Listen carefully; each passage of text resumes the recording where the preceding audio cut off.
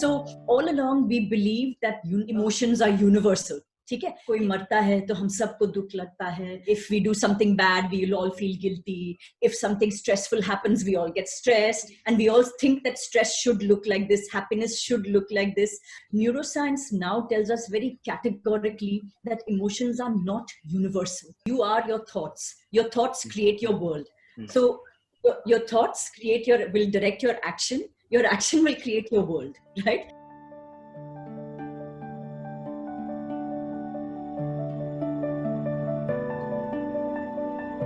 So a very important thing you pointed out is that when we say I am sad, right? So I came across a video by Jay Shetty, right, where he mentioned how words impact us, right? So whenever we say, for example, whenever I say कि okay, आज घर में खाने को कुछ नहीं है, what I actually mean is I don't have the food which I want to eat. I want to eat a pizza. I don't have a pizza, right? So, but what I say is अरे घर में खाने को कुछ नहीं है. So how do these words impact our mind? Like, is it psychology which it impacts, or it's just a video? That's what I wanted to ask. Like, how important are the words? Yes, so interesting question and observation actually on your part, Samveg.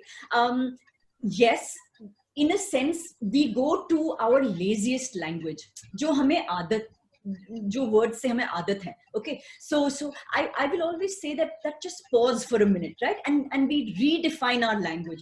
अभी संवेग को ऐसा लग रहा था कि अरे घर में कुछ नहीं है, but if you were to just pause and ठहराव से सोच के, you will say that अरे मुझे पिज्जा खाने को मन कर रहा है. You'll be able to separate out the language. Exactly. And as you rightly said, Dr. Lisa Feldman Barrett, again, she says we need to expand our vocabulary for our concepts. कि हमारे concepts क्या है? Brain is lazy. Brain just wants to use least amount of energy. अच्छा, मेरी mummy हमेशा बोलती थी कि हम लोग सब बहुत गरीब हैं, कि हम लोग बहुत unlucky हैं. सुन के ना brain is saying हाँ, okay. What is the long simplest answer? हम लोग हमेशा गरीब हैं, हम लोग हमेशा unlucky हैं. You know, we don't want to think because thinking takes energy, and we don't want to waste that energy. We'd quite rather, brain is trained to conserve energy. But today we know that we must start to question also, because the world around us is changing, right? Changing. Are we our parents' generation? Are we our grandparents' generation? Nothing is the same unless we. So bottom line is question everything. Question your language. I always tell my clients when they say something to me like, oh, I don't like these kind of people, or I never do this, or without this I cannot. You know, all these shoulds, shouldn'ts, do's, don'ts, the minute you put them as absolutes, you're in a way, you're trapping yourself. ऐसा है कि आप puppet हो गए हो, and you know, your so many strings are tied to you, and you're suddenly controlled. Without this, I cannot move. I should, he should. It becomes, it becomes a fallacy. But the minute you cut all these strings, then you're free. That's what remains, is only freedom. So what you're saying is word does impact us, right? Word does impact a lot. Whatever comes out of our mouth needs to be very precise, right? It needs to be very precise. Instead of just saying कि आज घर में कुछ नहीं है, okay, आज घर में पिज्जा नहीं है, as a very impactful statement, though we don't realize it, but it is, right? Yes, awesome. 100%. You are, I mean, you know, again, many philosophies talk about you are your thoughts. Your thoughts create your world. So your thoughts will direct your action. Your action will create your world, right? So if you come from that scarcity mindset कि घर में कुछ नहीं है, मेरे पास कुछ नहीं है, इनके पास इतना सारा है. If you come from that scarcity mindset, trust you me, even if you have hundreds of thousands of dollars in your bank, you will always feel that scarcity in your head. That's why we have all these stories from Jataka tales or whatever, right? Where the king, who has everything, meets a man sitting on the side of the road with not even a loincloth, and he's so happy. And king says, oh, master, please, what can I bring for you? You know, what can I give you? And the man thinks, he said, no, I don't need anything. I don't need anything. So it's that mindset, right? That we have everything that we need for our happiness, but we are in ignorance of that because we have been taught to believe that we need this to be happy, we need this, and it's understandable. जब हम लोग पैदा हो जाते हैं, we are helpless as children, right, as babies. तो उस time पे हमें ऐसा हमें नीड आ जाता है that we need mother's love, we need food, we need loving care, whatever. But as we grow older, our socialization has been such that the needs are endless.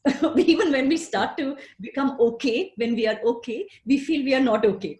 Yeah. You know, that we need this. I need the love of this man or I will never be happy. I need this much in my bank or I will never be happy. I need to have this many likes on social media or I will never be happy. But it's not the truth. Yeah, it's, you know, I think happiness is a state of mind. Happiness is a state of mind in your terms, right? Happiness is just simply a state of mind given some condition. No, Yeah. in fact, I will say that when you have released yourself of all of your conditions, what remains is happiness is our essential nature, and that we feel that it must come from outside. That's the basis of what every religion, every philosophy says the same thing, that you are happiness, or you are God, or you are eternal, whatever. Why are they saying that? Because they're saying it's not, and it's not that you should not enjoy. Look at me. I mean, I'm all dressed up. I have lots of jewelry, but it's it that, do I need that to be happy? Tomorrow, if somebody takes away all of my junk jewelry, but you know, do I have any attachment to it? No, I don't. Even if I had a diamond, am I going to say, will I wear it? Yes, I might wear it and I will enjoy it.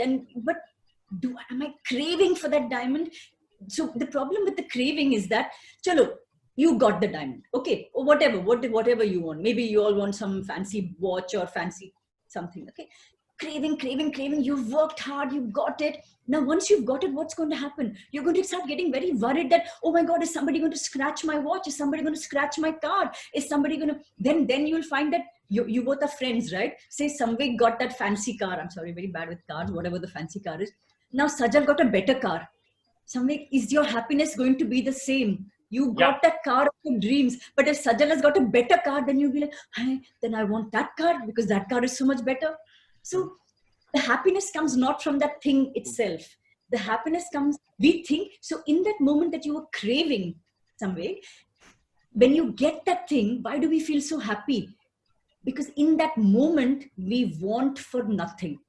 So happiness is the absence of craving, basically. Okay.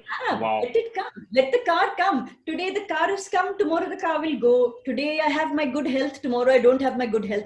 My happiness is not dependent on any of that. And for that, now you both are so interested in building a company that will help other people.